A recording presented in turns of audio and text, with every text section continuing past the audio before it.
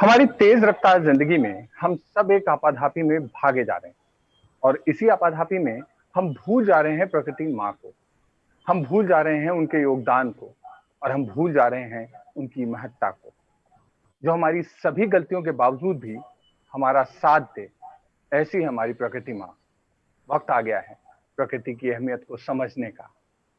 हिंदू आध्यात्मिक सेवा संस्थान के द्वारा 30 अगस्त को दिन में 10 से 11 बजे के बीच आयोजित प्रकृति वंदन कार्यक्रम पूरे देश में बड़े उत्साह के साथ मनाया जाने वाला है। जल, जीव और पर्यावरण संरक्षण को लेकर पूरे देश में इस कार्यक्रम के जरिए जागरूकता फैलाई जा रही है। इस कार्यक्रम के तहत पूरे देश में 2 करोड़ से ज्यादा परिवार प्रकृति वंदन करने वाले हैं। इसके लिए सभी राज्यों में Hindu spiritual and service foundation के राज्य इकाइयों के द्वारा पंजीयन कराया जा रहा है और इसमें पूरे देश भर से काफी संख्या में पंजीयन प्राप्त हो रहे हैं।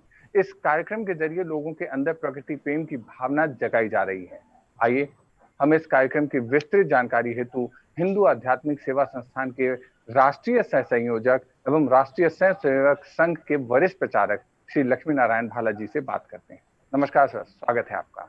नमस्कार सर, कुछ प्रकाश डालें कि कैसे ये इतने बड़े आयोजन को आप लोग आयोजित कर रहे हैं। एक बहुत बड़ा सोशल कॉज है, जो चीज सबसे पीछे रह जाती है। हम अपनी आपाधापी में सब कुछ भूल जा रहे हैं। ये कैसे आपको ये आइडिया है और इसे कैसे आप लोग आयोजन करने जा रहे हैं? हिंदू आध्यात्मिक इसकी स्थापना आज से 10 वर्ष पूर्व चेन्नई में की गई थी और इसका उद्देश्य यह था कि पूरे देश में अपने कई मठ और आश्रम है, लेकिन आम जनता यही जानती है कि वहाँ पूजा पाठ होती है, इकट्ठा होता है, प्रवचन होते हैं। वो कई प्रकार की सेवा जिसके बारे में आमतौर पर अपनी जो धारणाएं है कि दाहिने हाथ ने कोई काम किया तो बाएं हाथ को भी पता न लगे, इस तरह से आत्मविलोपी जो अपना स्वभाव है कि अपनी प्रशंसा न करते हुए अपना सेवा कार्य करते रहो, तो ऐसे सेवा उसका क्योंकि प्रचार नहीं होता इसलिए आम जनता जान नहीं पाती थी। तो इसलिए इस बार ऐसा सोचा गया 10 वर्ष पूर्व कि इन कामों का थोड़ा प्रचार प्रसार होना चाहिए और वो केवल ढिंडोरा पीटकर और अखबारों में देकर नहीं, तो लोगों के आंखों के सामने भी मेलों का आयोजन करना शुरू किया। सबसे पहला मेला चेन्नई में लगा और लगातार 5 जब लोगों के ध्यान में आया कि हाँ, इसके कारण आम जनता तक ये बात पहुंचती है और ये मठ और आश्रम जो है ये भी आपस में एक दूसरे को देखते हैं, तो एक दूसरे के प्रति वो भी बढ़ती है और एक प्रकार से स्वस्थ कंपटीशन जिसको कहा जाए, स्वस्थ एक प्रतिस्पर्धा वो भी बढ़ती है कि अमुक जगह गौशाला नहीं है, चलो हम भी गौशाला शुरू करते हैं। तो इस प्रकार की जो सारी चीजें हैं उसका बड़ा लाभ हुआ। उसके बाद फिर इसको देश भर में प्रचारित करने का काम पिछले 5 वर्षों अब तक पूरे देश में करीब 14 स्थानों पर हमने इस प्रकार के मेले लगाए हैं और उसका बहुत अच्छा लाभ आम जनता को जानकारी मिलने की दिशा में ये हुआ है। उसी में से ये बात निकली। 2 महीने का काम है, लेकिन इस मेले के कारण जो आज की युवा पीढ़ी है जो अभी पढ़ रही है उन तक भी कोई बात जानी चाहिए और उनको भी जोड़ा जाना चाहिए। तो उसी में से फिर IMCTF initiative for moral and cultural training foundation, ये एक नया संगठन स्थापित किया गया और इस संगठन का उद्देश्य ये रहा कि विद्यालयों में, महाविद्यालयों में पढ़ने वाले जो युवा विद्यार्थी है उनके अंदर अपने जीवन मूल्यों के प्रति आग्रह जगाना और उन जीवन मूल्यों में वन संपदा इसका विचार, फिर वनस्पति का विचार और पर्यावरण का विचार, फिर अपने बड़ों के प्रति सम्मान, अभिभावकों के प्रति सम्मान, माता पिता के प्रति सम्मान, गुरुजनों के प्रति सम्मान, महिलाओं के प्रति एक सम्मान का दृष्टिकोण और फिर अपने देश के लिए जीवन बलिदान करने वाले वीरों का सम्मान करके उनको भी याद करना। तो इस प्रकार से देश प्रेम, प्रकृति प्रेम और समाज के प्रति प्रेम ये निर्माण करने का कार्य इस संगठन के से पूरे देश भर में हो रहा है। अभी जो ये कोरोना का उस समय एक बात ध्यान में आई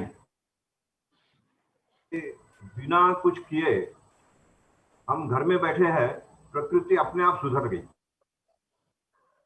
तो है कि मानव ही प्रकृति को बिगाड़ रहा है, और इसलिए इस पर पुनर्विचार किया गया कि आखिर ऐसी बात है तो फिर हमें क्या करना होगा। तो इस रक्षा भी करनी है और इसके प्रति भक्ति का भाव जगाना है। और उसी में से ये बात सामने आई कि घर बैठे भी हम ये काम कर सकते हैं। कोरोना के कारण सबको जब घर में ही बैठना है, तो घर बैठे ये बात की जाए कि हम अपने प्रकृति के बारे में सोचें, उसके प्रति भक्ति जगाए, और उस भक्ति के कारण फिर जब कोरोना बाहर आएंगे तो उसके बाद जो है प्रकृति का, उस असंतुलन को दूर करने की दिशा में हम संकल्पित होकर आगे बढ़े। तो ये बहुत ही सराहनीय कार्य है सर, बहुत ही सराहनीय कार्य है। और मैं तो ये कहूंगा पूरी दुनिया को ये देखना चाहिए कि आरएसएस सिर्फ एक भगवाधारी संगठन की तरह नहीं है। उन्होंने हर कार्य किया है समाज कल्याण का, चाहे स्कूल हो, शिक्षा के क्षेत्र में हो, चिकित्सा के क्षेत्र में हो, सुरक्षा के क्षेत्र में हो। और अब ये जन जागरूकता का जो काम आप लोगों ने शुरू किया है, सच में बहुत बहुत ज्यादा सराहनीय है। हमारे साथ जुड़े हुए हैं हिंदू आध्यात्मिक सेवा संस्थान के बिहार संयोजक श्री कुमुद कुमार जी भी। हम उनसे भी बात करते हैं और जानना चाहेंगे कि वो अपनी इस मुहिम को किस तरह अपने प्रदेश में फैलाने की सोच रखते हैं। धन्यवाद राकेश जी।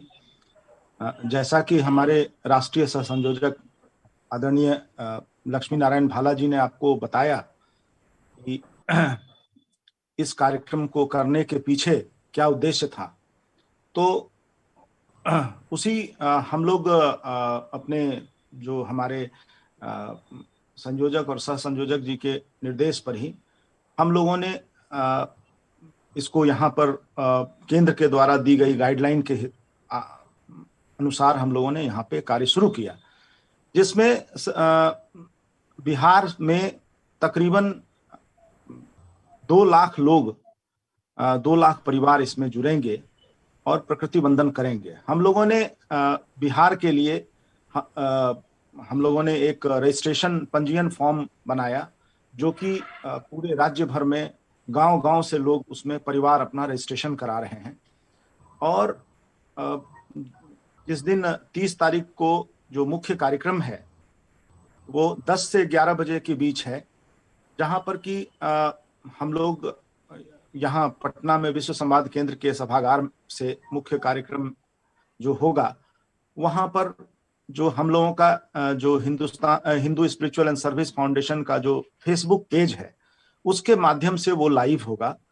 और उसमें जो हमारे राष्ट्रीय स्वयंसेवक संघ के सरसंघ चालक आदरणीय मोहन भागवत जी का भी उद्बोधन प्राप्त होगा।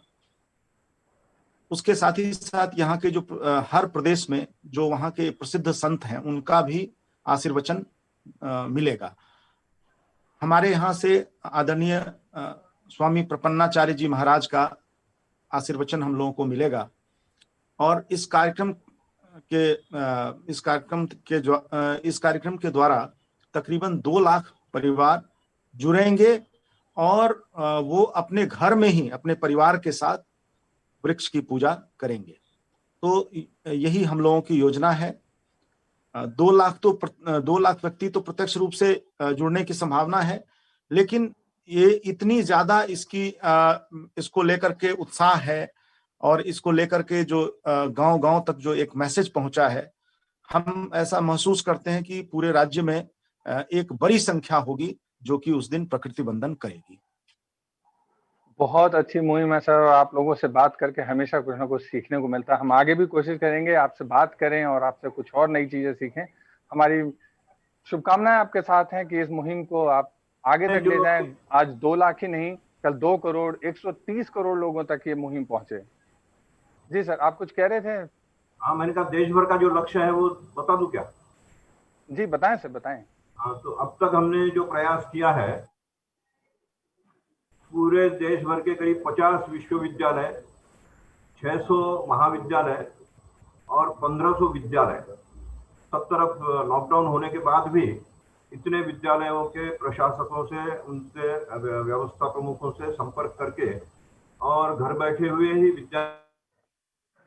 ऐसी एक योजना बनी है और पोस्ट ऑफिस, छात्रावास, उद्योग केंद्र, इस प्रकार के भी स्थान जो है वहाँ भी ये कार्यक्रम होंगे।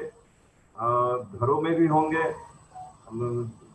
घूमने फिरने वाले, बागानों में जाने वाले लोग ये सारा काम करेंगे, कार्यक्रम करेंगे। और अपने प्रधानमंत्री महोदय, प्रधानमंत्री जी के द्वारा इसके लिए शुभकामना संदेश प्राप्त हो चुका है। नेता परम पूजनीय सरसंघ चालक जी सबके लिए होगा। इसके सिवा स्थान वाइस चांसलर्स और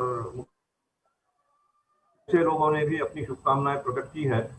तो उसके कारण ऐसा लगता है कि यद्यपि हमने सोचा है कि 1 करोड़ परिवारों तक हम जरूर पहुंचेंगे, लेकिन वातावरण कुछ ऐसा बनता जा रहा है कि इसको भी हम क्रॉस कर जाएंगे और अधिक स्थानों पर, विदेश में भी कम से कम 20 देशों में हम संपर्क कर चुके हैं। और उन 20 देशों से हर देश में कहीं 10 परिवार, कहीं 100 परिवार, 1000 के करीब परिवार इससे जुड़ेंगे, क्योंकि विदेशों में भी अभी लॉकडाउन ही है अधिकतर देशों में। तो ये सारी ये कार्यक्रम एक तरह से पारिवारिक ही है, पूरे रूप में करने की स्थिति नहीं है कहीं भी।